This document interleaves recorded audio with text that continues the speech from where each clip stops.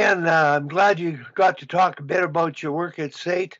I would like you to introduce yourself, and I think the people would be very interested in evolution and course of what you've been through in the hockey world and how you ended up working with the Sledge team and taking it to the level you have. So, Ken, just tell your story right now in terms of introduction, and then we can possibly get into the nuances of the game of sledge hockey. I sent out an email yesterday, said it doesn't matter what sport you coach, it's people. And I don't think it makes any difference what the sport is. And so, Ken, I'll leave it to you with the introduction, and we'll go from there. Well, thanks, Wally. I appreciate the opportunity to be part of the discussion with everyone on this call.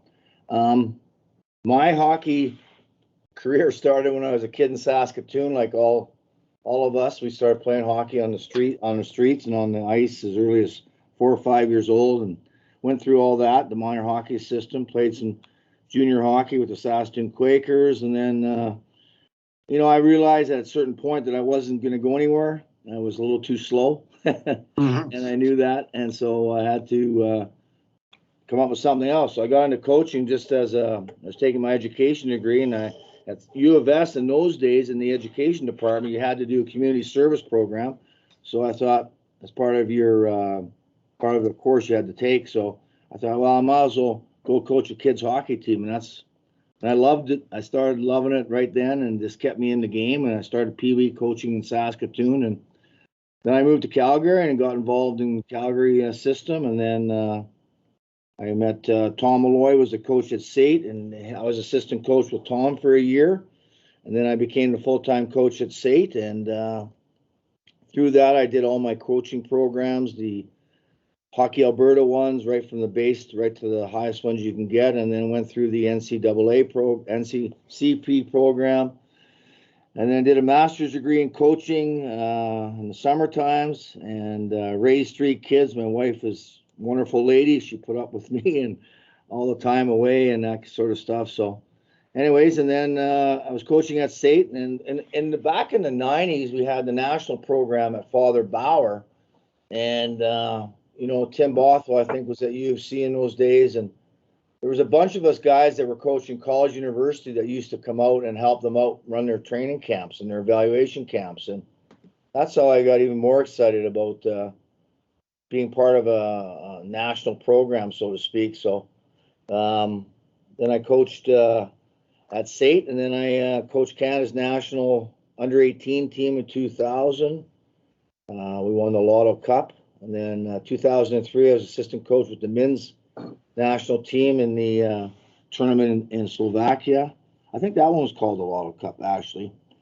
Anyways, I've had quite a journey. I have a lot of great experiences. And then through my connection through Hockey Canada, I was able to land a gig coaching Denmark's national junior team for 3 years. Got them into the out of the B pool. Won the B pool, got him into the A pool, and we played the Canadian junior team. We lost 4-1. Everybody thought it was going to be 40-1, and they had 19 first draft picks on that team. They had Stamkos, Tavares, Dowdy, and the list goes on. Marchand, just a totally talented team. And I don't know, Tim, you know this, but in the men's program, anyways, Sweden dominates everything Denmark does in terms of their style of play, etc.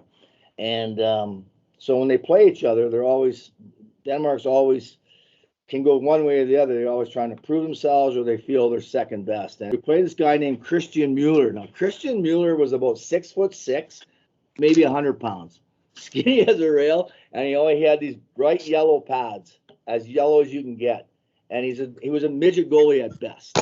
And he went in there. I always remember watching Team Canada warm up, and they were Stamkos and these guys, and looking down the ice. And I don't know about the pads or whatever, but they hit a lot of pads that day. And anyways, it was only a 4-1 game, but Christian Mueller played the whole game, and actually it was a closer game than people expected. But anyways, yeah. And so then, I coached at SAIT, had some great great people to work with, some great athletes that, as I mentioned, really didn't know what they wanted to do, but they knew they wanted to keep playing hockey. And hockey was the bridge to get them to transition into real life, into the real world.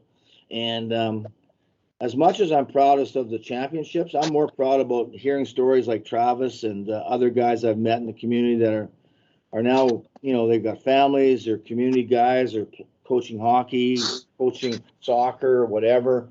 They got their daughters or sons in a positive lifestyle, and that's what I'm most proudest about my times at SAIT. Anyways, 214, SAIT administration started to change, and we had a good run there for a long, long time. And I thought, you know what, I got to make a move here now. And so I left SAIT, and I took 6 months off. I didn't know what I was going to do. And then around November of 214, Scott Salmon phoned me and said Tom Rennie and would like me to go out to a selection camp in Toronto and help them run their selection camp for their national para team. And I said, I don't know anything about sledge hockey, nothing. They said, well, you know hockey, and we know you, so why don't you go out and have a look? And I turned them down, actually. And I said, no, I don't think I can do that. I don't think I know the sport well enough. Anyways, so then they called me back, and they convinced me to go to this camp. Well, I went out to this camp in Toronto at the MasterCard Center, and I was blown away. Well, first of all, I got taken out my first practice, cut my head open for 8 stitches, because in sledge hockey, you got to look down. You can't look up ahead. And I was always, as a stand-up coach, looking, like this. And I got taken out, cracked my head open, but stayed in the practice. Anyways, I don't know if I was concussed or what, but I finished the weekend. I really thought, you know what? This is a great sport. This is really a unique sport, and these guys are amazing. And came back to Calgary and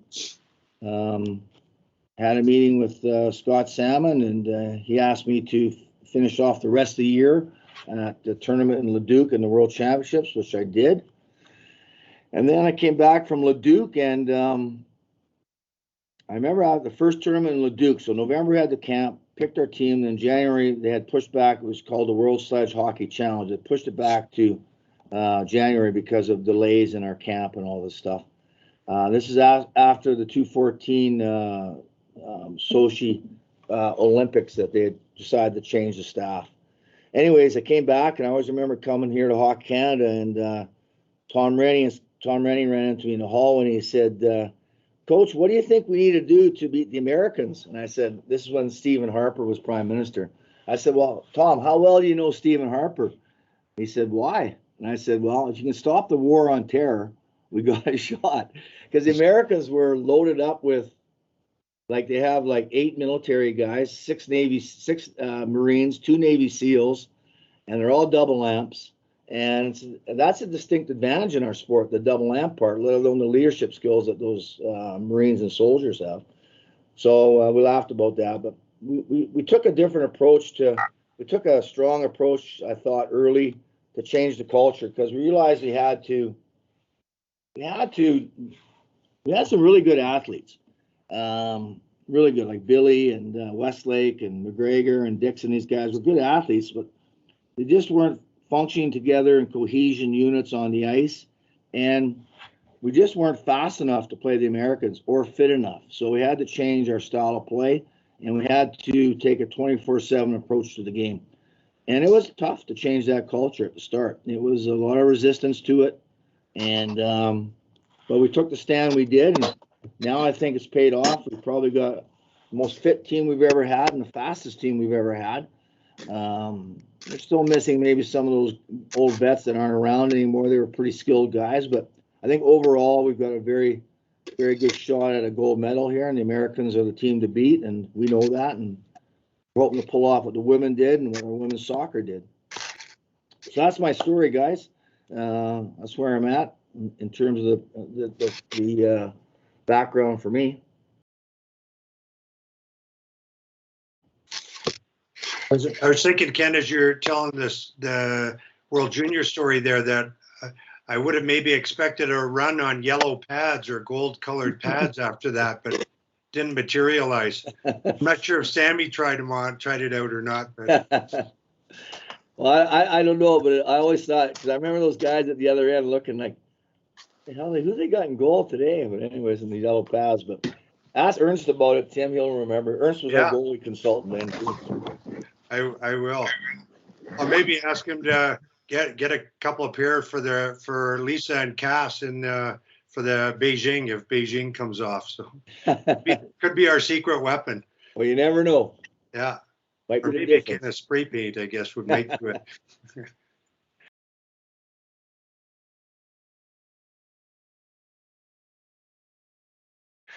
Ken, I've got a question.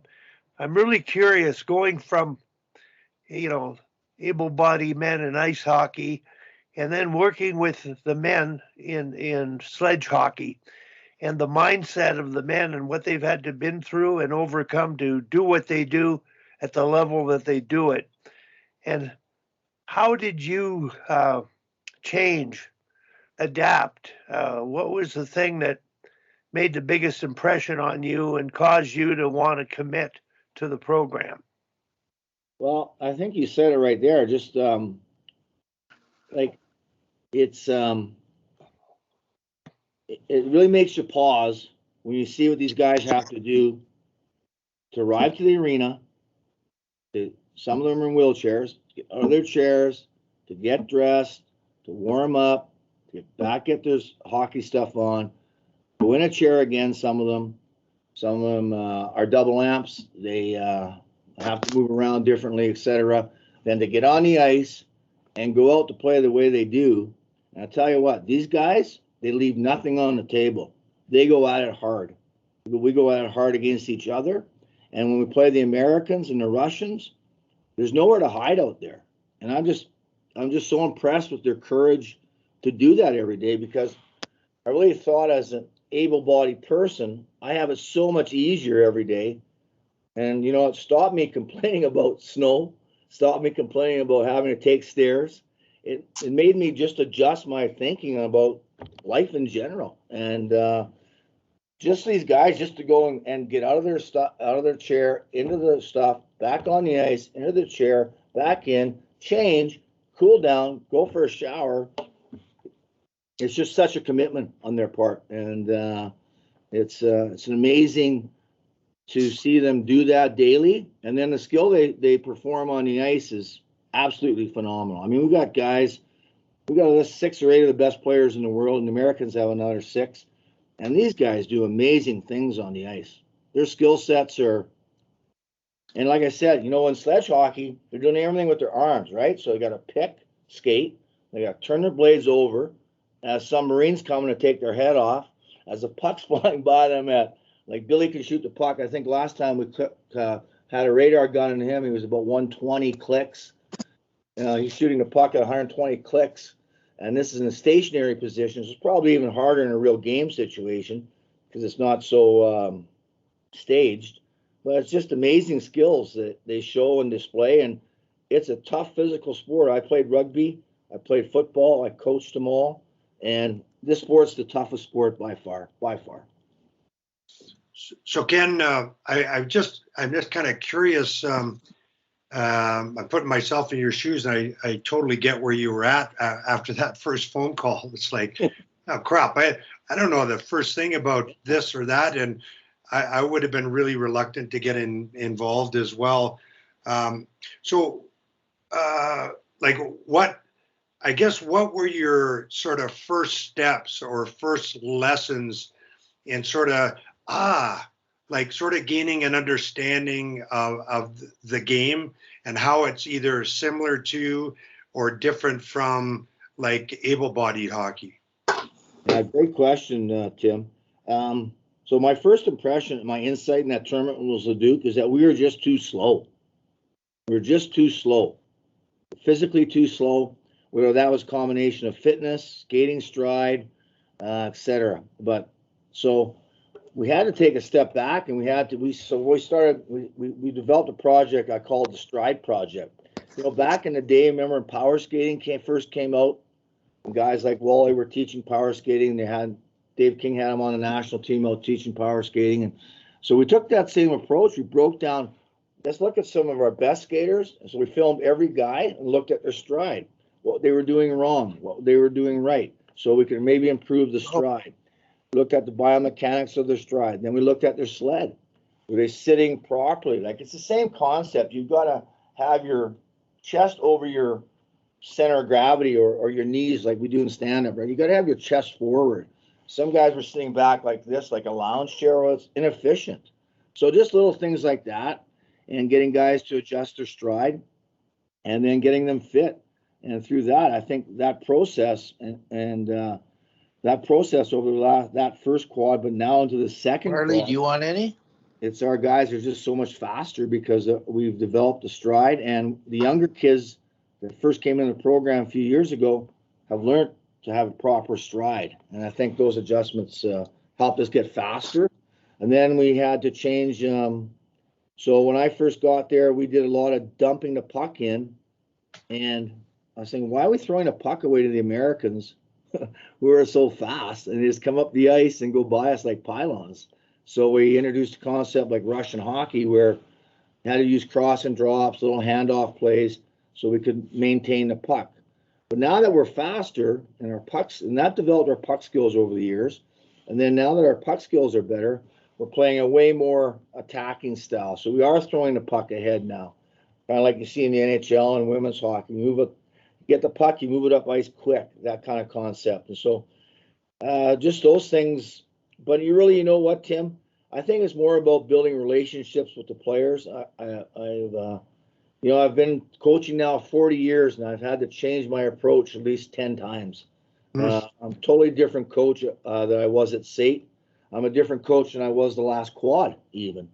I've taken a more inclusive approach with the guys, a more inclusive approach. I've got a great staff. I use them. I'm more delegating things, and it's kind of overseeing the quality control, I call it. Quality control coach. And just, so I got coaches running the power play. They got the great ideas. Let's hear them. Let's look at them. Okay, good. Let's do it. Penalty kill, etc. Breakouts, all that stuff. I delegated it all, and I'm just kind of overseeing everyone and chiming in when need to be. And if the quality in a practice in terms of work ethic or execution isn't there, then I get a little bit more involved in discussing things with the players and talking about it. But I really think, if I had to go back to the first quad, we probably came in a little too hard at the start.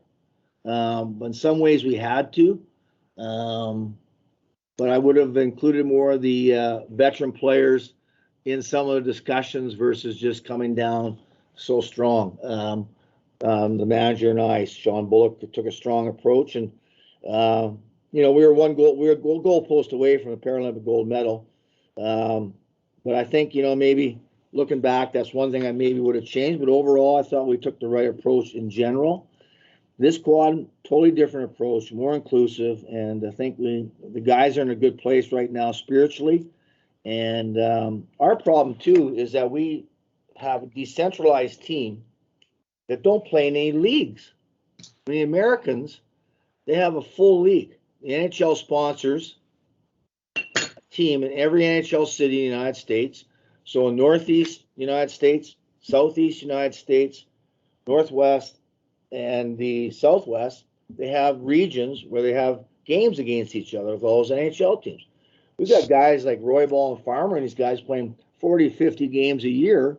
Well, they're not national team games, but they are games. And they have a good population base, so there's a lot more good players down there overall because they have so many more people. But I mean, they get those games, and we have guys that are isolated. Like Liam Hickey's isolated in Newfoundland. He gets on the ice a couple times a week by himself, or finds a stand-up person to play with, right? So just that whole game experience, being part of a team, that's something else we had to teach our players is what does teammanship mean? And what does it mean to be a team member? And even understanding the concepts of hockey. A lot of our guys never played hockey. I think we have Dunn, Mac, we maybe have, 6, 7 guys, Billy, Wesley, those guys have enough hockey experience now. But a lot of our younger players, they never ever played hockey. They adapted to this because of a disability that happened to them. One thing, and for sure anybody pipe in, but one thing, I think I explained to everybody, I bumped into Ken about a year ago when they were headed to the World Championship in Czech Republic, and I was flying into Copenhagen. We ended up on the same flight. And I think it was at that conversation, Ken, that one of the sort of aha things for me was like, you mentioned sort of the premium in sledge para hockey on area passes and bank passes, and it was kind of like I've seen some of the games obviously on TV, and actually way back in '97, as we were preparing for the World University Games, we had a little interaction with their sledge team in Ontario, but didn't know that much about the game, but that for me was one of the real similarities between the games, like, and how you need that sort of, as you mentioned, that hockey sense that I got to pass around people, let people skate into it, versus trying to pass directly all the time. And honestly, it's one of the things our Danish girls kind of struggle with, sort of being still learning to play the game at the highest level. So that, maybe a comment on that, because that was really interesting to me. Yeah, that's a great point. And now at this juncture, heading into the Paralympics, cross our fingers, that we do a lot of that, little bank passes, little area passes, where you get a forward in behind their D and you lay a pass ahead, and that's our game now. And so those little cross and drop cycles where you little handoff, and it just drags the defense out or pushes them back, so it gives you more space, more time to make a play. So all this is part of our offensive attack, and our assistant coaches have done a great job in incorporating some of this stuff into our tactical plan. And another key part of this sport is that the best players in the world, they're bilateral. In stand-up hockey, either right or left, right? But bilateral skills are really important. Being able to shoot and handle a puck with your right hand and your left hand. And also what's important is, I learned all this little stuff, is that if you're a single amp, for example, you're going to have trouble shooting on one side because you might have your leg there in front of it, right? So you've got to always position yourself so you can get the shot off without your leg interfering with the mechanics of the shot. So little things like that become important in this sport. And but I love the bilateral part of the sport. It's such a beautiful, they can put it under the sled, over, shot, move it back. And like I said, if you've ever watched it, especially us and the Americans or us and the Russians, it's a beautiful sport to watch. I'm gonna have to watch it again more closely, Ken. And so, like, one of the discussions we have within our group is, taking stuff from the modern NHL game, and where I'm going here is the 5-player, especially offense, not just the joining the rush, but the D dives and the Chicago rules, like on top, and basically no fixed position in the offensive zone.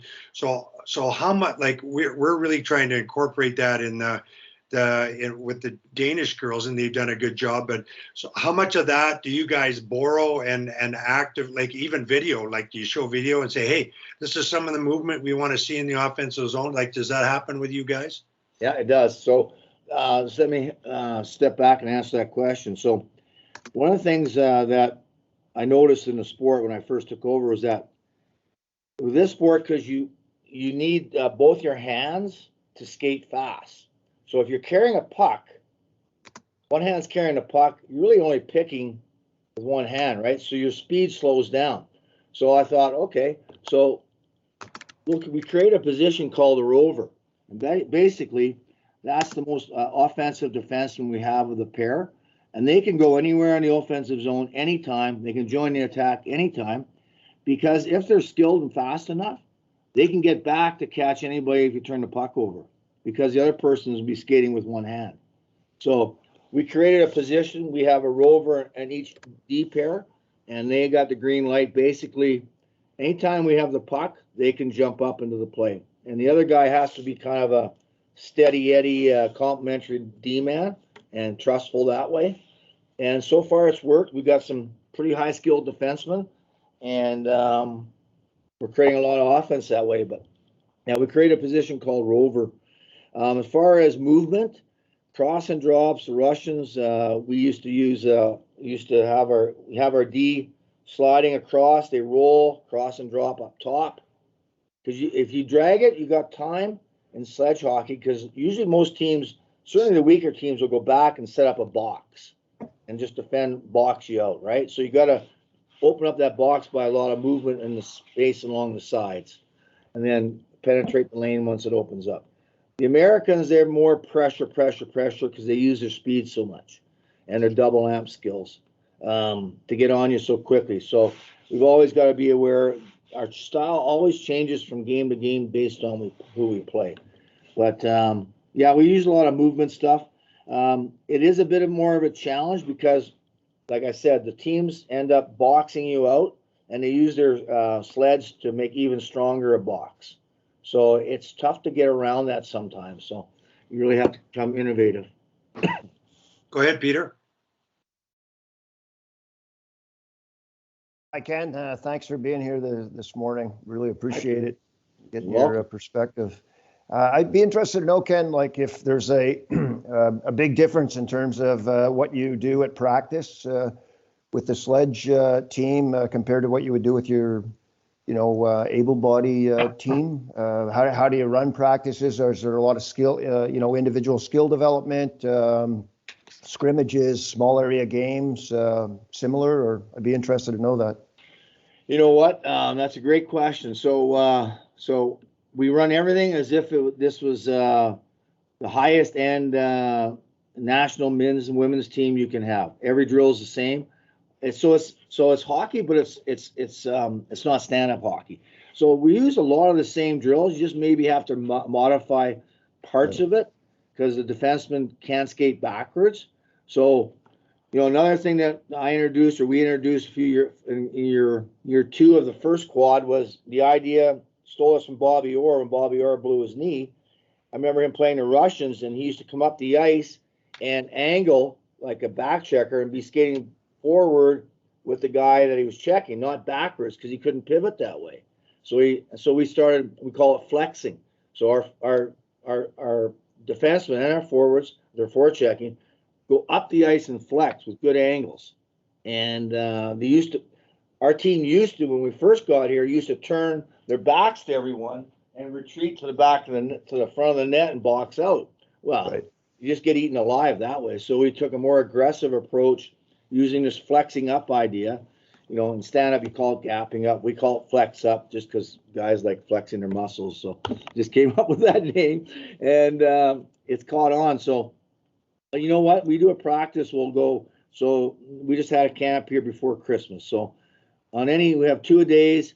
In the morning, we'll go first 15 minutes. The goalies will go out with the goalie coach and a couple assistants. They'll do some movement stuff, whatever he wants to do with them, some shots, locations, whatever, puck management, whatever. And we'll take the forwards and the defensemen, and we'll do some skill stuff with them for the first 15 months. Puck handling, little area battles, whatever, passing skills, timing skills with passing.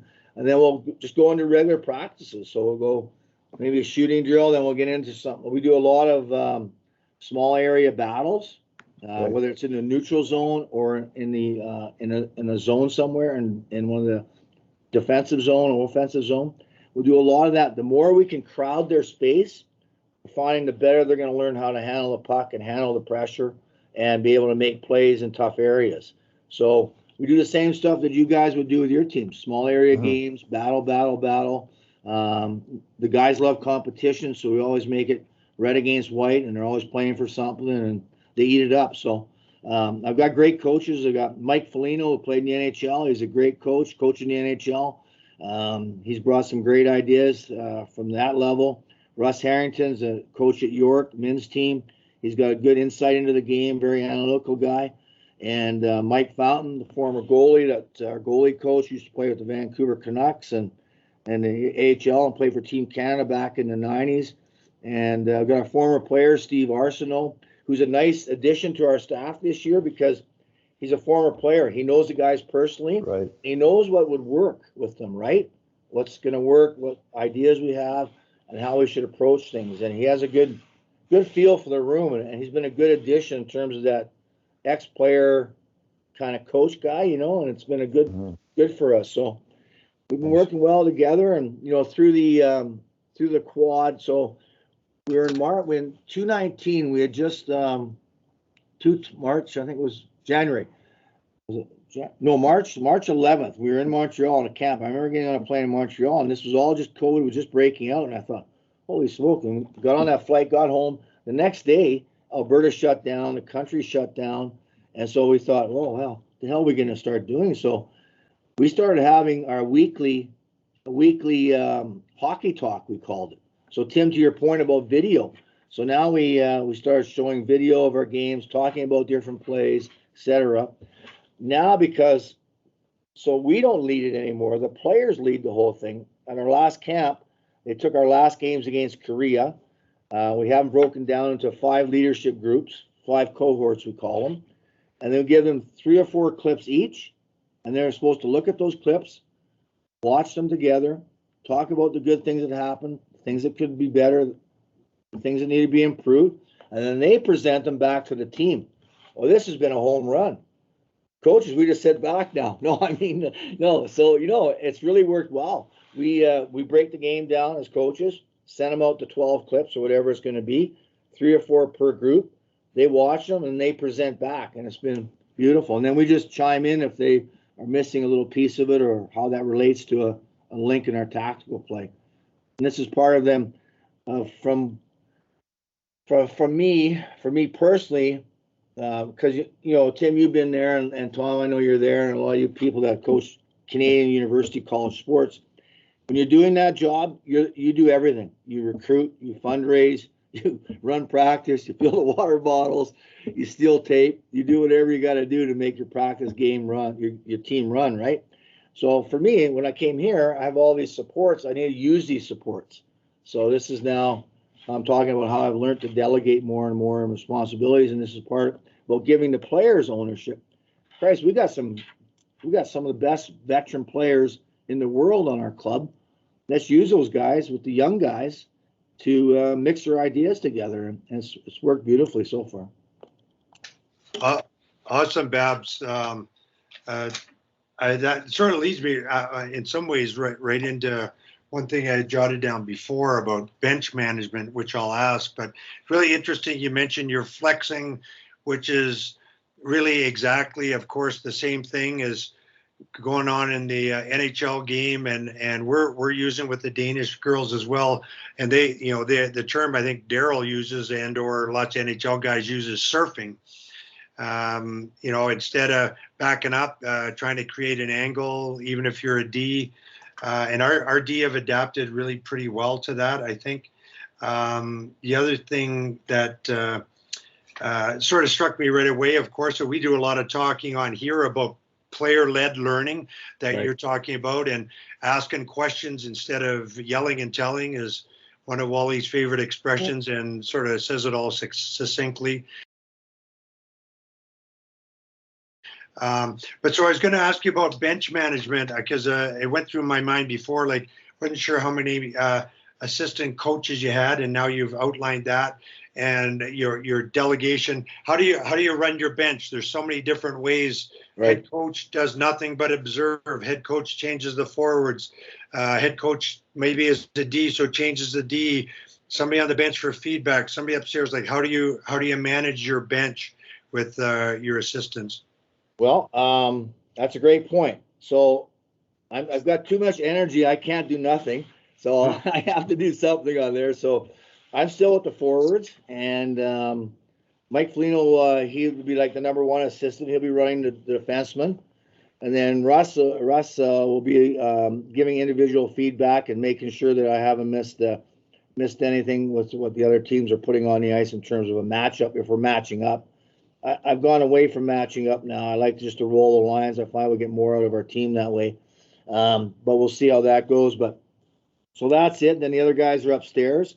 Stevie's on the video, and Founce, the goalie, guys doing some scoring analysis and watching our goalies and watching their goalies too. And he'll do a report with the players before the game about who we're playing and what the goalies' tendencies are. So we involve everybody in this, and Mike Foligno's running a power play. He's done some pretty good stuff there. He's got some good ideas from his NHL days. And we've got some, Russ is doing the penalty kill. So we share it up that way. It's interesting in para hockey and sledge hockey is that in World Championships and the Paralympics, we only dress 15 players. So you only dress 3 lines, 4D, 2 goaltenders. And it's unique from that perspective. It's kind of like old school hockey back in the day. So, you know, in that gold medal game I was talking about, 218, I had lost 2 of the better defensemen in the world, Bowden and Stevie Arsenault, and we played with 2 defensemen the whole third period. And can you imagine doing that in stand-up hockey? I mean, it's great. You'd be in real trouble, right? And we were a goal post away. Had we not hit the goal post, we would have won the game. But so it's unique that way. But you know, I find that you know, in this sport, you can if you can manage the ice time of your key players, you'll get more out of them in the end. And if I had to learn anything from my first quad, I probably overplayed our key horses too much, and we didn't have enough when we got to the gold medal game. We needed the gas. And now that we've got a little bit more depth in our lineup, up front especially, I think we can roll the lines a little bit more and use certain guys in certain situations. So you might not have to use this guy to penalty kill because you got a younger, keener, faster guy to do it, and then this guy can go in the power play, et cetera, et cetera. And so I've had to adjust and learn that, and just how our team's evolved. And just recently, we played the Americans. We split with them, and you know, we rolled all the lines, and it just made me think, you know what? I think we can play with them now. Ken, I mean, this is from a point of ignorance, but how long would a shift be? I'm not talking about when you played just the 2D for the third period, but like, how long would a shift be, for example? Well, we try to go with a minute, and it usually ends up around there. Yeah. When I first got here, the guys used to stay on the ice for 4 minutes. Yeah. And I used to get so ticked off at them, but now it's about a minute now, and I don't know about you, Peter, but you know, like even as my state days, whenever we got bogged down, it was because I was overplaying some guys. I found if I could play 3-4 lines all the time, the team was way more energized, way more engaged, and it became a team spiritually, you know. So I think it's the same thing. Yeah, same thing with sledge hockey. Yeah. So about a minute. Shifts for about a minute. Thanks, Ken. But the idea of bench management is something we've talked about very much at any level, particularly in my case, taking an interest in the women's national team. I think the art of managing that bench to the point where the best players can be at the right time, more functional, is a critical part of achieving a better outcome. So that was a real good point. And I'm really impressed with the importance of biomechanics, Ken. You picked up on that. When you talk about a skating stride, I couldn't imagine, well, what do you mean stride? Because we don't even have a mindset. But when you go to the biomechanics of it, and you fortunately, and I think many of the coaches that are on now, when they were educated back in our day, we were taught fundamental biomechanics and 6 principles, and we had to analyze a skill and break it down, looking at it from the front, the side, and the back, and really make a whole method of development. And you've taken that, and I really want to compliment you for that, because I think in hockey now, they rely on specialists to do the skill work. Like, and I'm not talking just Daryl, who does, I think, what I call tactical specialty. You know, the idea of surfing and the concept of how you interchange positions more freely and scissor more often, and learn to get open and learn to set picks. I think Daryl would be a good guy get a hold of, and I hope the two of you connect, because what he's doing makes sense to me in terms of the direction the game of hockey hasn't gone yet. Ice hockey for the able-bodied player, it hasn't even gone to the level that we can imagine it could be played. And I think the same would be true of sledge hockey. So it's just great having you on. I don't know if anybody else has got any questions, but what you've gone through in terms of going from engaging the players, and I'm looking at Dominic, and he mentioned and I'm going to get him to tell his story when he was with Stockton and the video exercise near the end of the year that the players commented on, Dominic. Can you do that? Yeah, sure. No, and we had a very organized staff in Stockton, and we did our due diligence in regards to reviewing game tape, and each of us had our specific area, whether it was power play or penalty kill or defensive zone or line rush and whatever else have you. And how we would typically do it is that we would play a game, and then we would look at our deficiencies, and we would get the clips, and the next day we would have a team meeting and we would go through them, and it was just very one-sided. We would show the clips and go through them, and you would every once in a while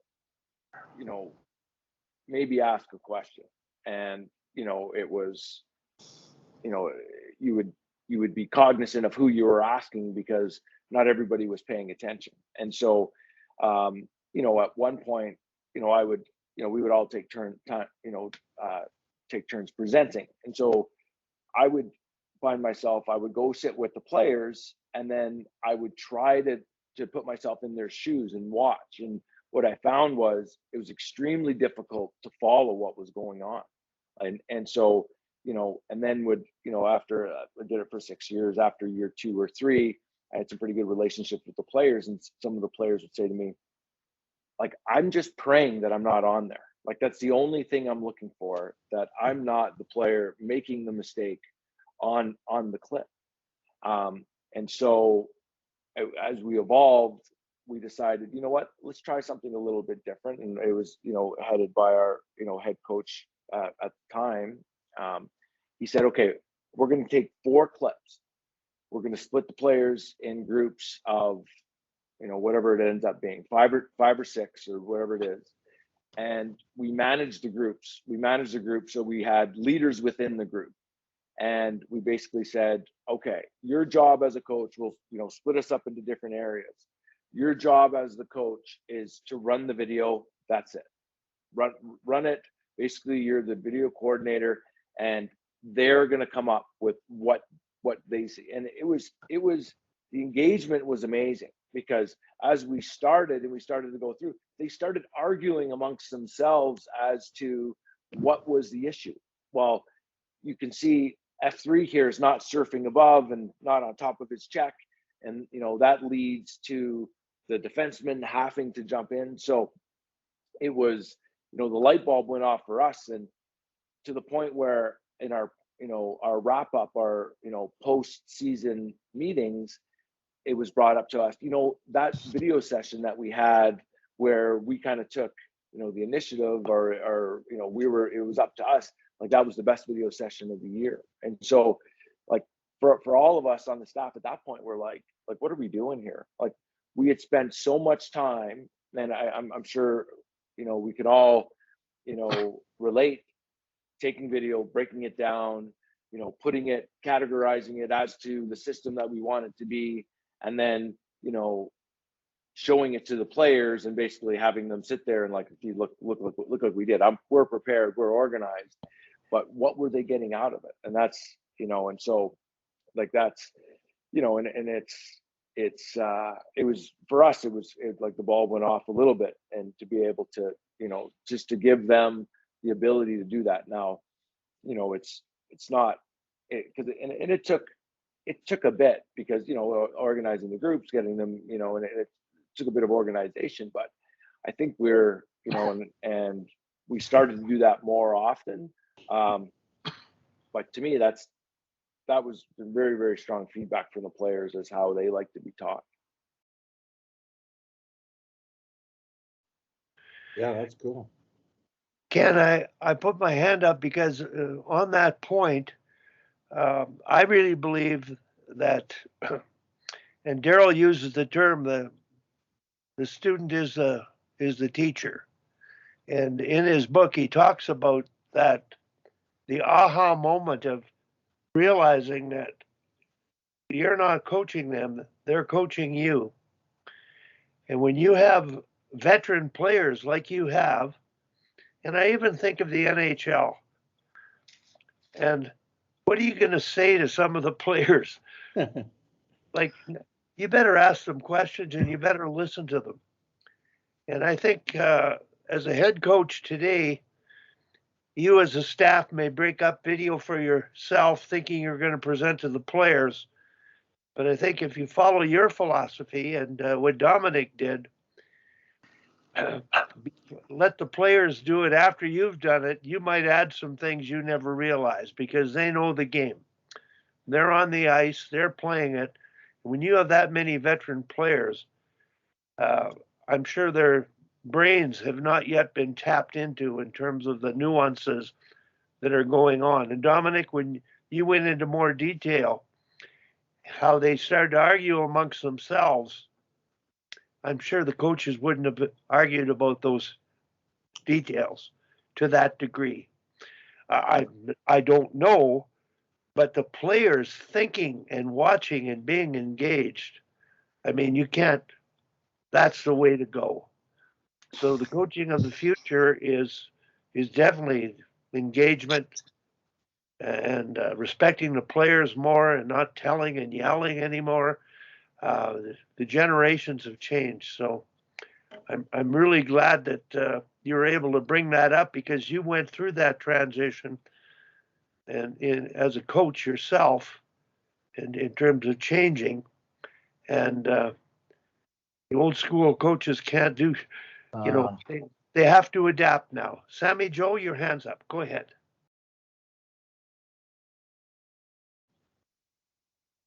So because Billy's on the ice, I'm allowed to ask these questions now because he can't hear me. So thank you, Ken, for being on the call. I think this is great for these people, for all of us to hear, but just to get a different perspective is really great. So thank you for taking the time. But I think what would really help this group, only because I obviously know sledge hockey and have been around the guys for so long, and so I have seen everything you talk about, I have seen you do it with the guys. So from their perspective, I hear the other side. Yeah. And so specifically, I want you to talk, or I want to hear more about when you first came into the team. And I think this is important for every coach because I think you deal with what are visually, we can see the impairments. But I think on every team, players have different perspective, different maybe mental health issues, those kind of things that we maybe don't see as coaches. So you came into a team where that team in the dressing room was their safe space. And it was the only place they felt normal, right? As people with disabilities, you play sports often because it normalizes it. You get to be around guys that have gone through a cancer treatment or, you have gone through the same things. And I think specifically Tom Malloy talked about, he just lost another goalie because she flunked out of school. And so the things that we as coaches don't see that maybe you didn't get to see, coming into the team and going through the storming phase that you went through with the guys, there was a lot of pushback. And I saw that. I thought from my perspective, it was great because these guys had never gone through what the national women's team had gone through, what I saw. They had never trained that hard, never had those high expectations because of their disabilities, I think. And they had never placed those upon themselves either. So I guess my broader question for these guys is how do you get that across to people that sometimes you do have to be the bad guy. Sometimes you have to go through that. So in the end, they have that respect for you in the end. It's sometimes a long-term thing.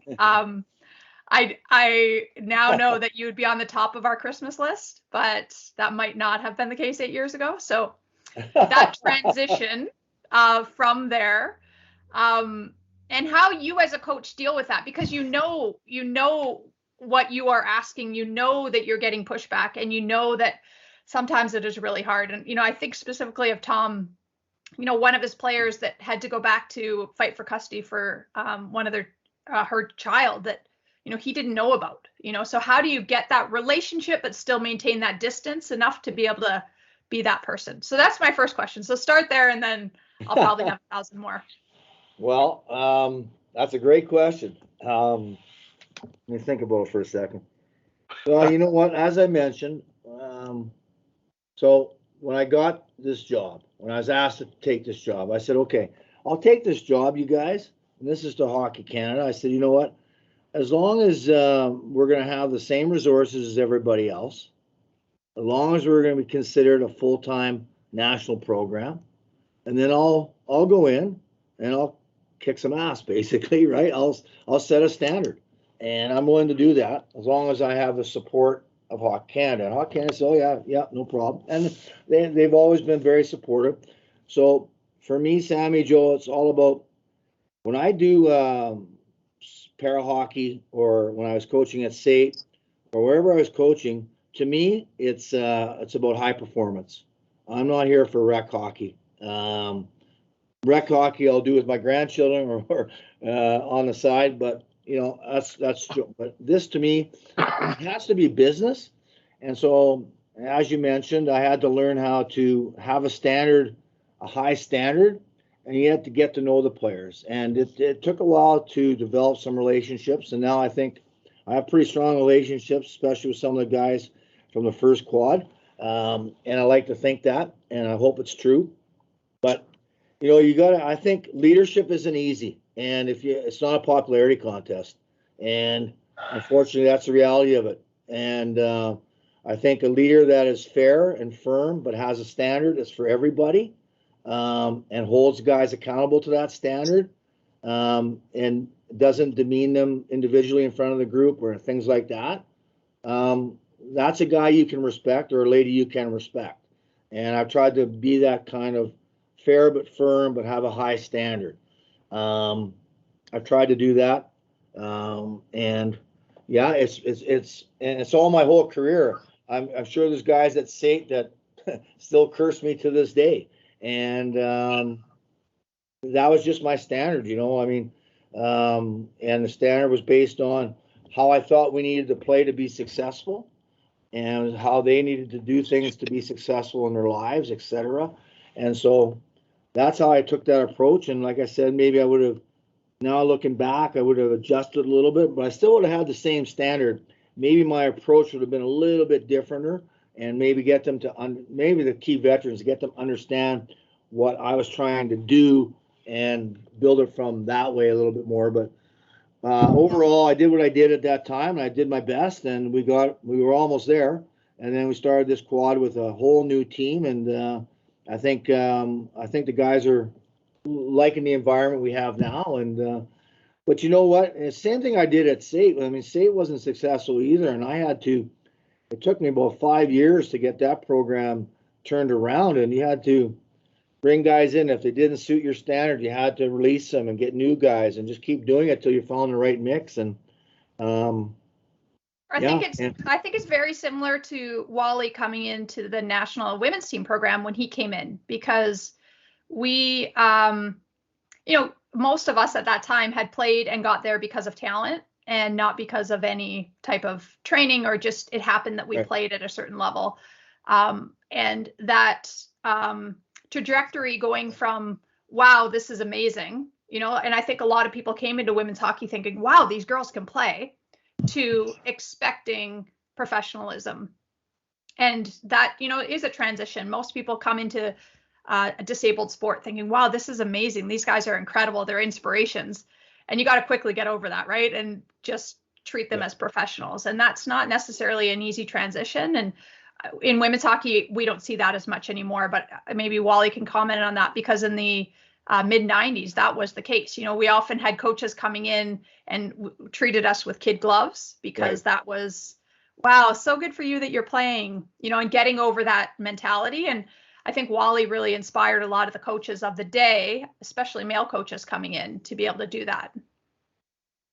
Wally, you're on mute. I don't know what to say. You know, for me, being invited to take over the Oval female team was similar to Ken taking over the sledge hockey team. Dealing with women in hockey, women in sport. And the thing that impressed me, Ken, similar to you, was there's something special about the women athlete and I think the sledge hockey athlete. They've had to struggle more than ever to earn respect. And there's a sense of dignity. And I wouldn't, you know, coach men's sports now because the women want answers. They have questions. They want to know. Men have been coached traditionally being yelled at and told and directed, my way, highway. And I think the women are going to help take the game to another level in terms of earning respect for the athlete. And trust comes from respect. And you seem to have been able to create that because there's not many coaches that can last as long as you did at State, can last as long as anybody does with a team in the NHL and maintain their livelihood. And I think the bottom line of trust, respect, and the relationships is so different. I thought the females were starved to be treated with respect and treated as professionals. And I know I wasn't good enough to coach them because I had been a teller and a yeller. And I started to listen more and appreciate more. But I had to draw lines in the sand with some players. But that was challenging. But the whole chemistry of coaching is what it's all about. It's an art, whether it's your sport, whether it's female hockey, any league. Every group is different. And I think we've got a lot to learn from the females in sport in terms of what they're capable of bringing. And, you know, that's really all I can say. And I've got an awful lot of respect for that. So, Ken, if you can mention anything on what's been said so far. I agree with what you said and what Sammy Joe said. I guess I remember when Sammy Joe, when I first, to answer a little bit more of your question, when I first came on board with this program, I thought, I wasn't special ed before. I was a special ed teacher for 9 years in Calgary. But anyways, and I had a sense of some of that stuff that these guys were going through. But then I saw them on the ice, and I thought, do I treat them different, or do I treat them like my players at State? And I remember asking, I forget who it was, one of the veterans, and they said, just treat us as you would your team. So I did. From that day on, I treat them just like I would any team I've ever coached, and I still do to this day. The approach has changed, but like I said, they want that. They want, like you said, Samuel Joe. They were coddled. They were saying, "Oh, that's okay. You don't have to work hard. Don't have to back check. It's okay." Da da da da. No, if you want to win, you're gonna have to do these things, guys. And yeah, so that was part of the evolution of me and evolution of the team in general to where we are today. So, you know, we've got a good thing going now, and I really hope the Paralympics happen. I'm getting worried here every day now when I hear all this COVID stuff going on. So that's another issue. But yeah, so that was a good question, Sammy Joe. And yeah, I think, you know, and you got to have some heart-to-heart discussions too. I've had a few heart-to-heart discussions with guys from the first quad during that time, and then now with them again. The younger guys now, they don't know anything different, right? It's more, and so they're seeing the veteran players training so hard, doing all they do off the ice and on the ice, away from our camps, because we're 90% of the time we're away from each other. So this accountability piece is huge. So I think the future, because of what the old guys have got it now, and they've teach the young guys, because we're going to address, we're bringing 17 players to the Paralympics. We're going to address probably half our roster will be new players that weren't there in 2018. So that's why I feel so proud about the program, because the veteran players have said, okay, they're working out, they're doing all this. The young guys see that, and that's again, going back to whether it's a video, whether it's how to shoot a puck, how to back check. If the players see the other guys doing it, especially the lead dogs, it's just, that's it. You don't have to do much more as a coach, right? They get it. Ken, what you said, I thought of the example. They talk about the great NHL players and the quality of their practice and their work ethic and what they do off the ice. And, Giordano has a reputation for elevating his fitness scores every year. And Crosby is one of the best practice players in the world. And any elite team reaches that level of performance with some of its best players, and they do take the team with them under their wing. And I think coaches could capitalize on that a lot more, take advantage of that a lot more, relative to even the thinking of the game and how the game can be played. So I think there's so much to be done in sport. I just hope it can continue. That's all. Well, just a comment on that. For me, I played football, played rugby, played hockey. I'm talking team sports here. And you know what? For me, hockey is the most player-based sport there is. Because once the puck drops, coaches have very little control of what's happening. You got football, you got stoppages in play, you got all these timeouts, you got all kinds of things, send in plays, send this in. Basketball, you're subbing in, subbing out all the time. Hockey's the only real sport that the players truly do decide the fate of the game. They decide what's happening out there. And to your point about read and react, that's another key thing that we had to do with our players is like I mentioned, we had so many players that didn't know hockey. Okay, if the puck goes here, what do I do? If this doesn't work, what do I do? Just reading the game situations. And that's why, Peter, going back to your point about practice, we're doing so much small area game stuff, crowded space stuff. So they got to make decisions. Everything isn't like it's drawn out on the board, a breakout. Things don't happen 9 out of 10 times that way. So, for me, the players dictate your success. And so you better have your lead dogs on your side, or else you won't do well. Sammy, any other questions? Well, if you can get anything out of Billy to maybe take the garbage out or anything like that, you just let me know. Because if you have figured it out, then. Well, you know what we'll do? We'll tie it to his time. Sammy, I'm going to leave that in. We'll tie it to, hey, how about this? We'll tie it to his time on the ice on the power play. Yeah. Perfect. Well, I see, what's interesting about somebody like Billy, and you have such diverse backgrounds on your team, right, which is so incredible, from the way they were raised in their family to issues of mental health to, overcoming these huge things. But it's incredible, the diversity that you would have to deal with as a coaching staff. And I think that, they all seem to respond in different ways too. So, but when I see Billy out there, we were just in Winnipeg for the holidays, and I see him on the ice, 5-6 hours playing shinny on an outdoor rink, and just the sheer love of the game. Yeah. And that has not gone away through how many years? 20 years on the national team, or 25, 30. I don't even know how long he's been on the national team. 30 years now, I guess, right? Something like that. Probably 20 for sure.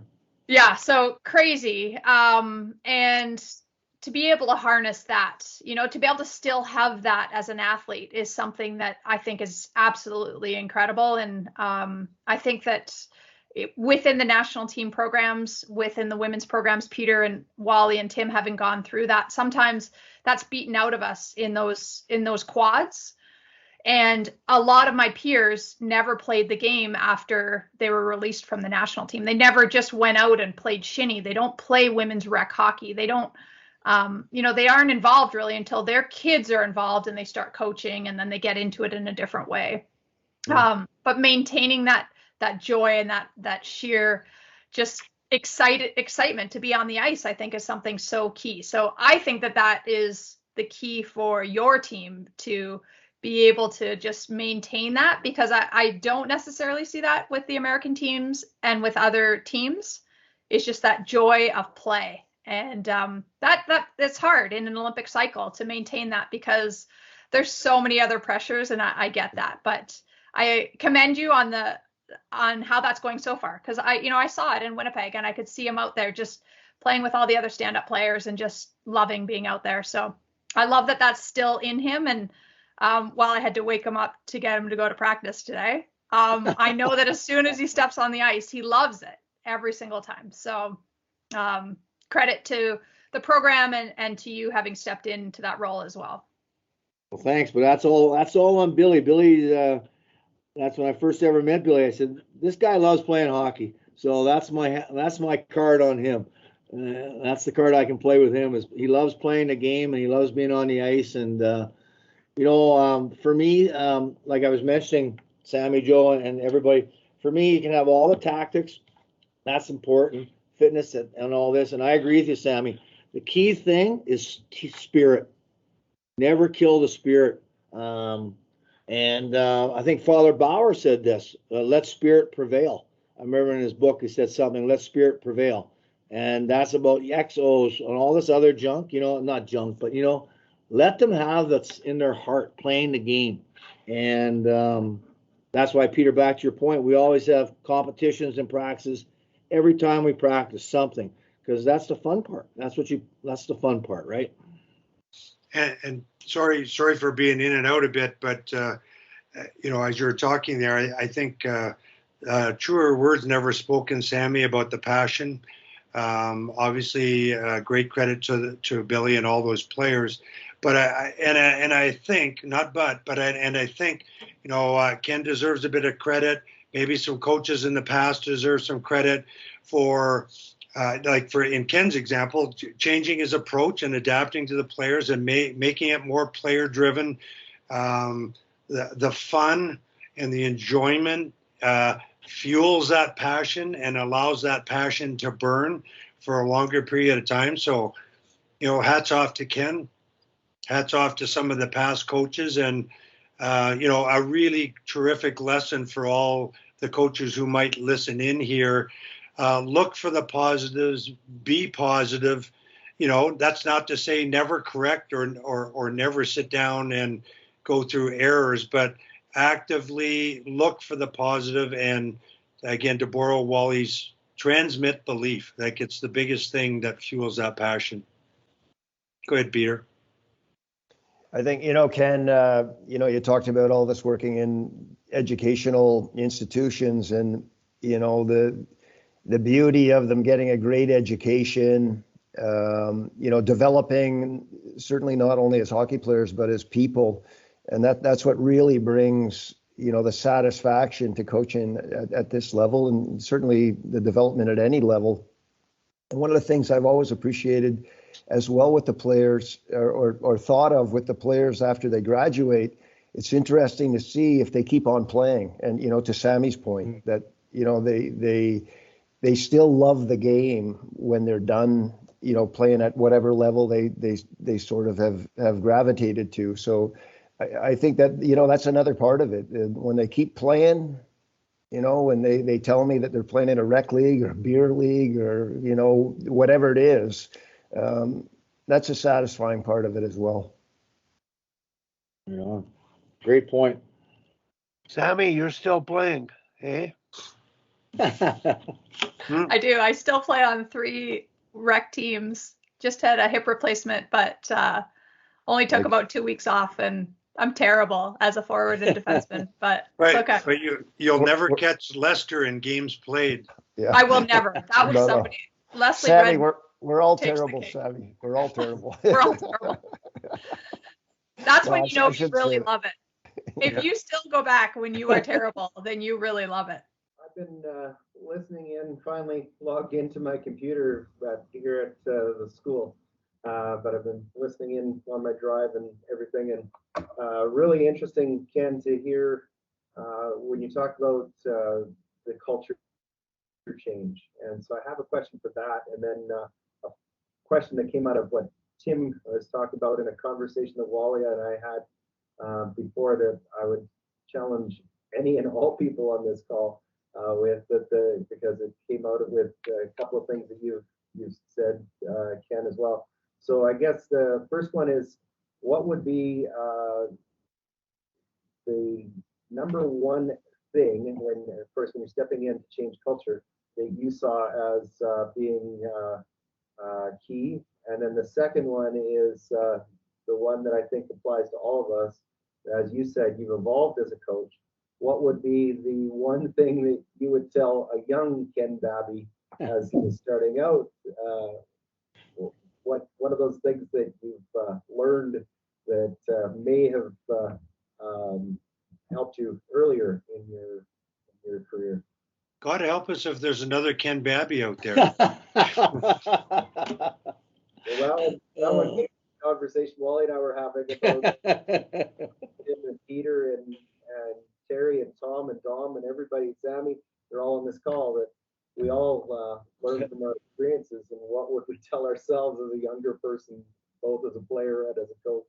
Yeah, great question, Jordan. Okay, well, tough questions, Jordan.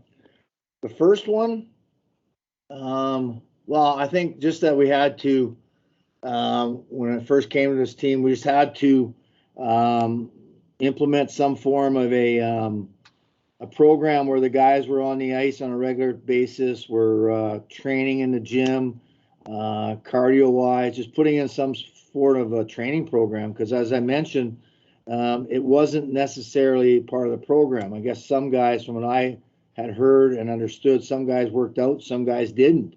And, you know, to play against the Americans, we had to get fitter. So that's one of the first things we did. And that caused a lot of rub with some of the guys.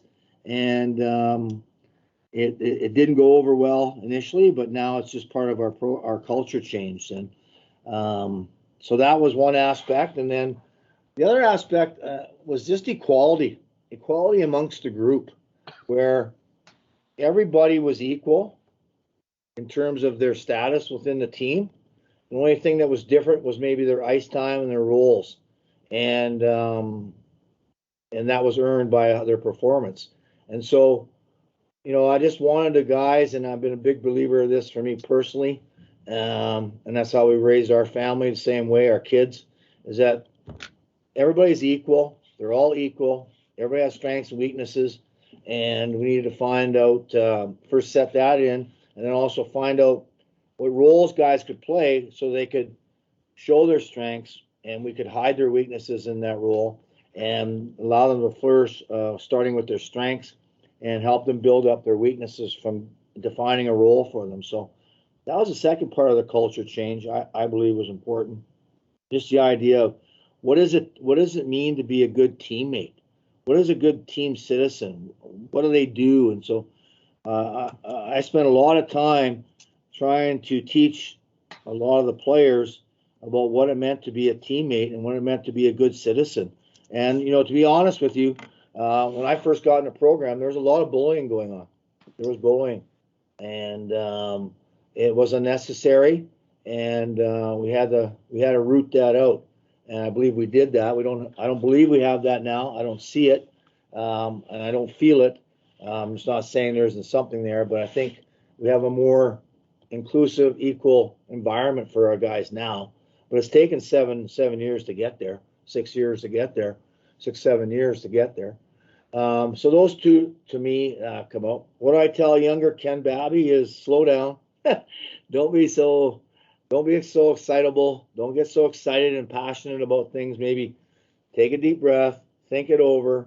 Don't make emotional decisions, because I made a lot of those when I was young, and even when I first got into this, I made some emotional decisions, which you should maybe take a 24-hour break before you make them, right? And think about things. So it's good to have energy and passion. I love that, and that's me as a person.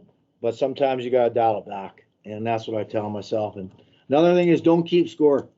Don't keep score. Which coach has got this job? Which coach has got this job? Which coaches are going here?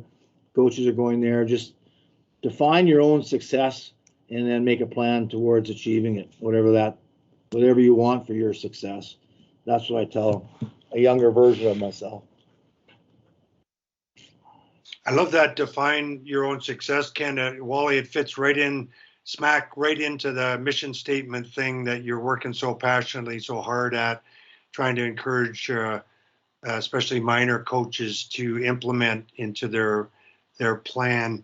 And I'm kind of, I'm going to be helping Barry out with the Alberta Cup if it, I guess COVID wise, if it goes off here. But one of the things that I'm going to encourage them to do is sit down as a staff and do a mission statement thing, and then maybe go through it with the players, even in that short-term competition. Fits right into that. Definitely wise word, Ken. Tim, Barry's put together a pretty good document, Hockey Alberta written document about that. You might check with him on that format, and I don't know whether he's sharing it with all mentors or all teams to experiment with, but Ken, it's an exercise I picked up years ago when Dave King was working with the team, the original national team, not the original one. I was with the original one in the 60s. But he was asked to coach the national team and at the same time provide the Center of Excellence with resources that the Canadian Amateur Hockey Association could use, produce Coach 1, Coach 2 videos that you're familiar with. And we were tasked, Dave was, to produce a mission statement, not to do something about respect in sport. And so the mission statement exercise is something that was written into the Goal 3 video, which never came to fruition because, like all things, leadership changes. The Canadian Amateur Hockey Association took over Hockey Canada. The national team disbanded, and the perspective piece and why you coach, the question why, is something that the mission statement helps you do. So I just want to alert you to that, Ken, and it's been a big part of why I'm doing this to this day, because I've done it since that day and I always wondered why it wasn't implemented into the coach certification program. So coaches thought about why they were coaching and the importance of life skills learned through sport in becoming a better person and a better athlete. So that's a really cool idea.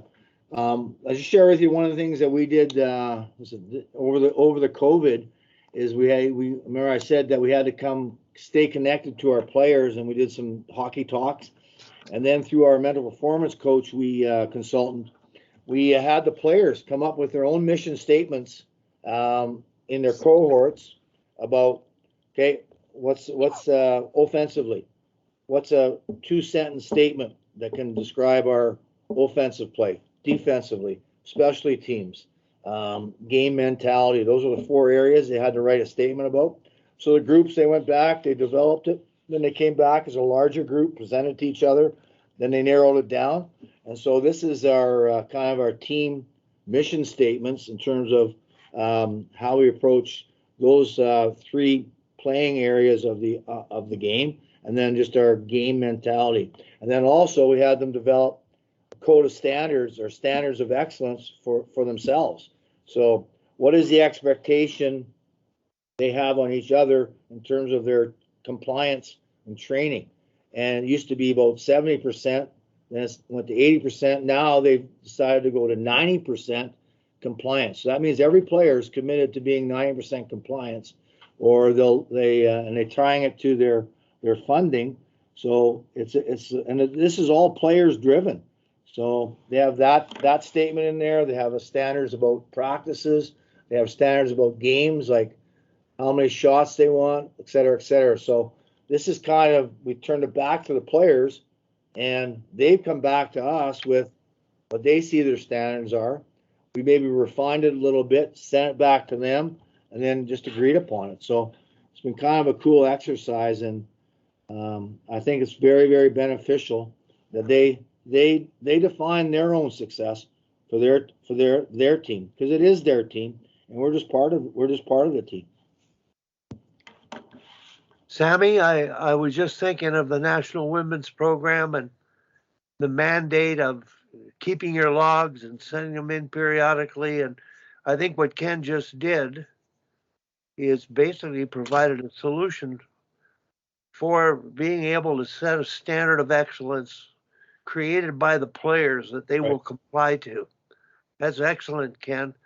I think that accountability component has been really key for your team, for sure. Right. And nowadays, with it all being data driven on your phones, the guys can link in, but also all of their heart rate monitors are linked back to Calgary, so they can't cheat the system.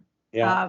Back in the day, we probably could have cheated the system a little bit more than they can now. But I know Sunday night they have to have their logs in for that week, and often Sunday night, 10:30, after everybody's gone to sleep, Billy is down doing another cardio because he didn't get that in. And there is that accountability component, and for somebody like him to see a green check mark means something because he doesn't want to let his teammates down.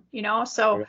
We didn't necessarily have an ability to do that back in the day without it being on a phone and having all these links and everything. We just I think Wally, your staff started that with us, and that was huge for our development. And now to see where they've taken it and where it can go with in a digital world is pretty amazing. It would take a lot of work, though, I'm sure, Ken, on your end and from your staff end to monitor it and make sure it's all up to snuff and doing the right things. But it certainly, I know for the guys, has really made a big difference. They hate it, but they hate it. I know they hate it, but it's going to pay off for us. And they are the most fit we've ever been, and it's going to pay off for us. And and you know what? That's a great point. We talk about it. We say, what? I know, guys, I wouldn't like to do that either, but we got to do it. And you have to stay on task with each other. And it's great that they came up with the 90%. That's amazing in our final this year here, and they're holding each other accountable for it, and it's worked beautifully so far. Like you said, I know Billy's not the only one jamming them in, and that's life, and that's good though. That's good. Yeah, you get them in when you can, right? And you do it. Yeah.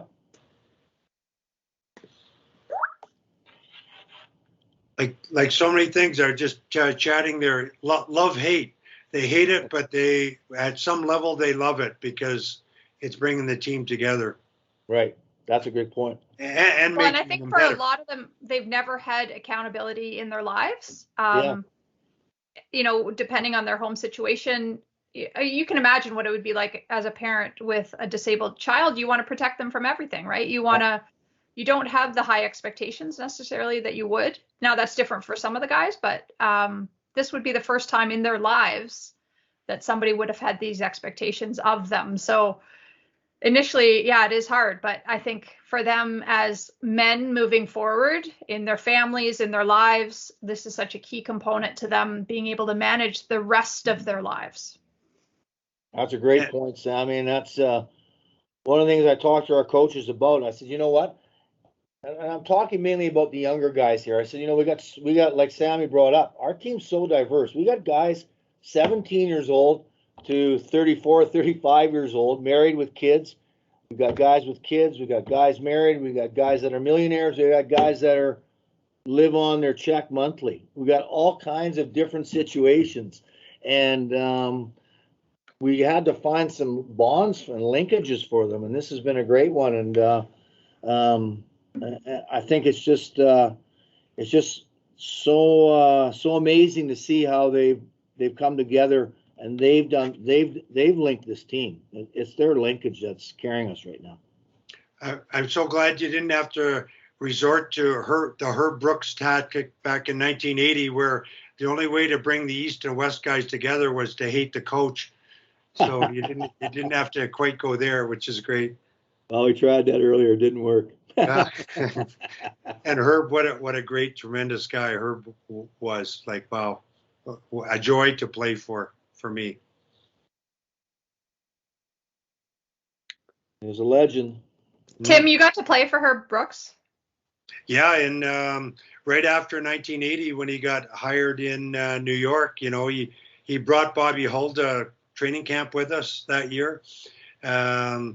Tremendous man, loved him to death, and was like the guy. Most of the guys have heard the story many times, but Fred Shiro we had the year before, and he left the coaching, on ice coaching, to Mike Nicklock, and Mike, a wonderful man, but stuck way, way, way back in the 50s with his coaching style. He was like literally the same practice every single day, like for weeks and months on end. And then Herb came in the next year and was something different every day. Flow, tempo, offensive, thinking offense, way more than thinking defense, and creativity. It was a breath of fresh air. He was a true passion fueler, if you will, in terms of the players. He let us play and encouraged us to be creative. It was wonderful. Terrific guy. Ken, the insights are incredible. I'm wondering, relative to what Ken said, every one of the people that are on, Dom, Jordan, Tom, I think we've had a lot of things reinforced about basically fundamental coaching. When I sent the email out, Ken, I said it doesn't matter what sport you coach, and I can add what sex you coach. It's the athlete, the person. It's the relationship and the communication that goes on to basically grow the person. So I'm really pleased with that. Any thoughts, Dom? You're in a change environment. You've coached professional sport, played professional sport, and now you're in a school setting where winning is still a factor, recruiting is an issue, and Ken has gone through his lifetime and achieving what I think is a pretty positive culture in his environment. So, any thing to add, Dom or Jordan? Yeah, I mean, questions? Go ahead.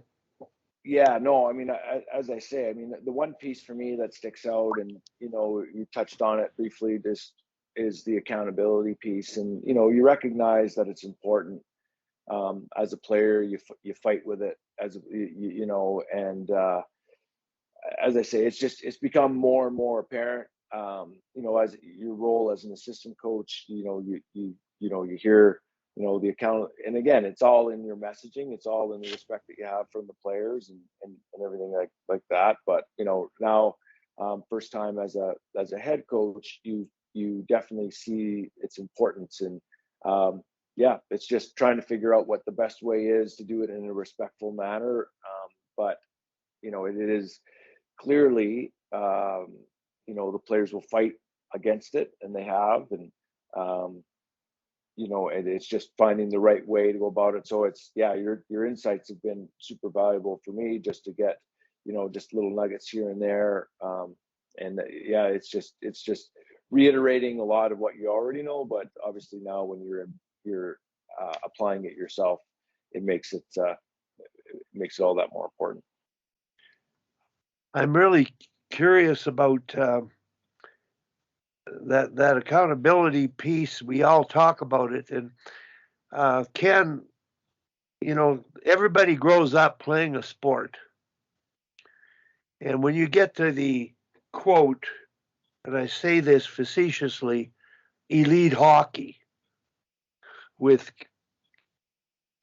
kids, right now they're starting at 8 years old and whatever. But let's take Jordan's environment, elite hockey, Bantam AAA, midget AA, midget AAA, and the problem with the elite minor hockey system is all they do is shorten the bench and try to win.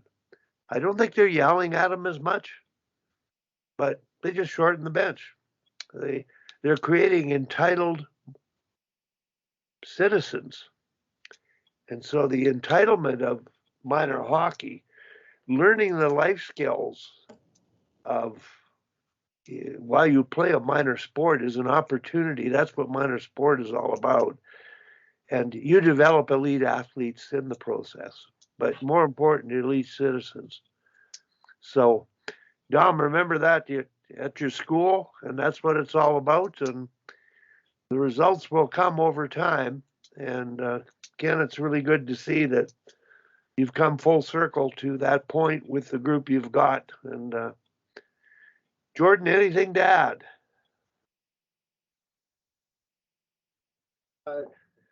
Not much to add other than it was great listening to you talking about how much importance you're putting on the culture side of things. Because for me, that's been a huge growth piece. And when Wally talks about the culture in minor hockey and elite minor hockey and how the shortening the bench and those pieces play such a dominant role in many ways. And that's not my philosophy at all. And the team we selected this year is all on character. Of course, want talent with the character, but character was the first piece. And I actually had Sammy Joe speak to the girls a couple of weeks ago and saw one of the things that when you talked about your culture and shifting it from knowing that there was some bullying in the dressing room to where you see it now.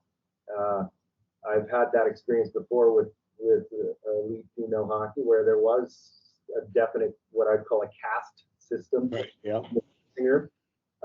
To with this one, when Sammy was talking to them, she asked them to share different things along the way, and I was looking at and hold it up on the card, and when I was seeing what the girls were sharing and how intimate or personal it was, I was like, okay, so the culture, and I wasn't about to throw my shoulder out patting myself on the back, but I was saying the culture on this team is pretty good. If these girls are willing to, hopefully, fingers crossed, the season will continue on.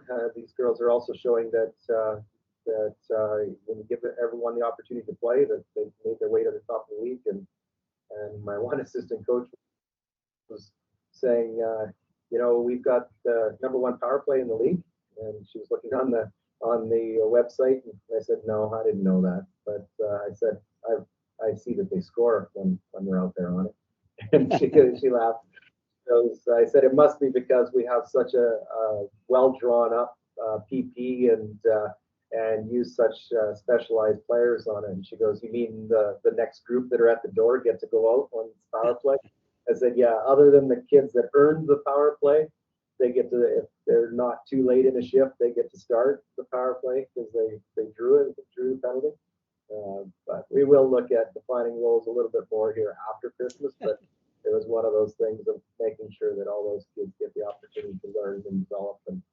And so, I was really enjoyed hearing that culture piece, Ken, and the evolution piece that we as humans have to evolve, that we aren't the big people we were. Like, I look at my teaching career and go, oh my God, some of the mistakes I made in my first year in the classroom, to if I walked into a teacher's classroom as an administrator now and saw them teaching the way that I was then, I'd probably having some very pointed conversations with them. So thanks for sharing, Ken. Thank you very much. Enjoyed it. I want to thank you very much, Ken.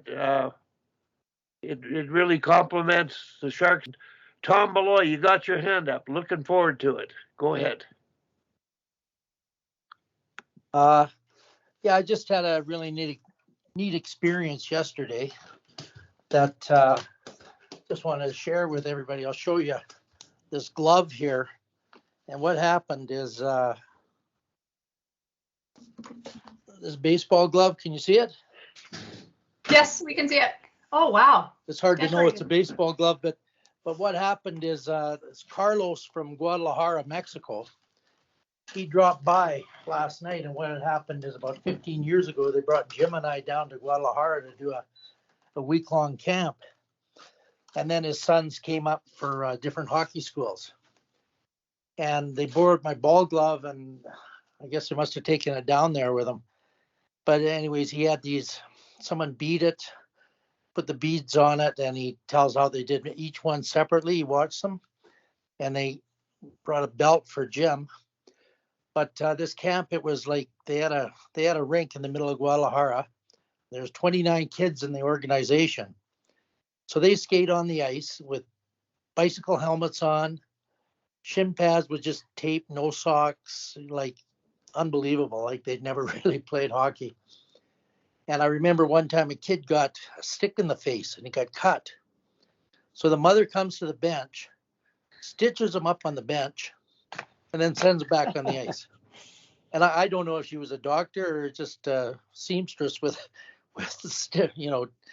stitches with her. But it was, and every day he took us, we practiced from 8 to 11 in the morning, and then he took us all around their province and, showed us different things. It was unbelievable experience. But anyways, he, for some reason, he decided to come and tour Canada in the winter and went up to Northwest Territories and stuff like this. And he dropped by last night for an hour and gave me the glove. And so it was a kind of a really neat hockey experience to do that. So I thought I'd share that story with you. And right after, I got the email from my goalie saying she's ineligible. Good news, bad news. Yeah. Now I'm trying to find out if she really is or not. I don't know. Yeah. Ken, it's all about challenges. Like everything isn't always hunky-dory. It's not peaches and cream.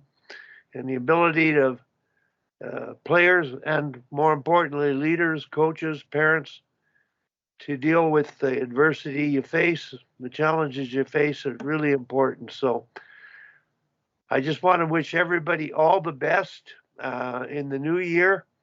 And I'm really thankful to be able to still maintain this call. I think it's going to be a wonderful distraction for me to be able to talk to friends and talk about the game I love.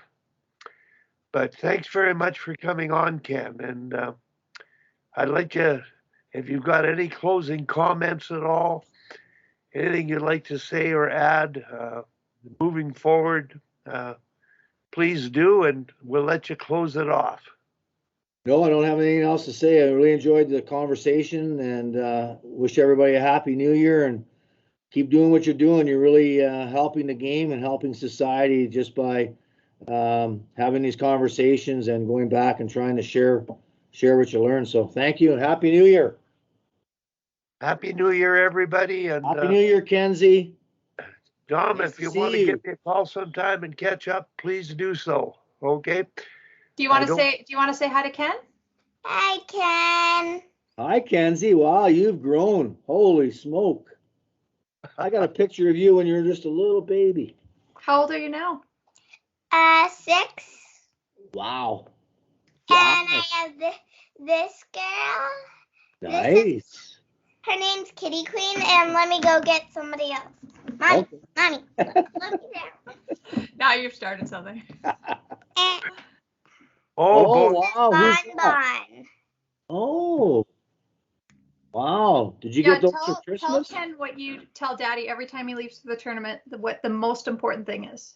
Have fun. You're right. You're right. 100%. You say hi to your dad for me, okay? I will. I'm going to go say hi to him. He's Okay, not here. bye. No, he is. He just came home. Take care. Thank you, Ken. Thanks for all the insights, too. Thank you very much. Take care. Sammy, we'd love to have Billy on Yes. and get Billy's perspective. And I don't know Yeah, if we the want. only thing, Wally, is they're on they skate at 11 on Thursdays. So Okay. who knows? Maybe with COVID, you never know. Right. Oh, we might change a day just for that to see what a good time is. And Billy would be Ken, great to have on, man. love you having join us, and we'll get the players' perspective and reinforce some of the things you've said and some of the headbutting you went through, even with Billy, I'm sure. Yeah. It's all part of the process, but it Was just for sure. sounds you've done an excellent job. And for those of you that are on the call, when I was, and I think I've told Ken this story, I was coaching hockey in Calgary and teaching high school, and there was a hockey coaching job at State came available that I applied for. And I thought I had an inside track because the dean, the hiring athletic director, went to teachers college with my brother. So I thought, oh boy, I know this guy. And I got interviewed, but they gave the job to Ken. And I know his background, educational experience. And he talked about special ed. And Ken, I think you might have counseled. Have you counseled before?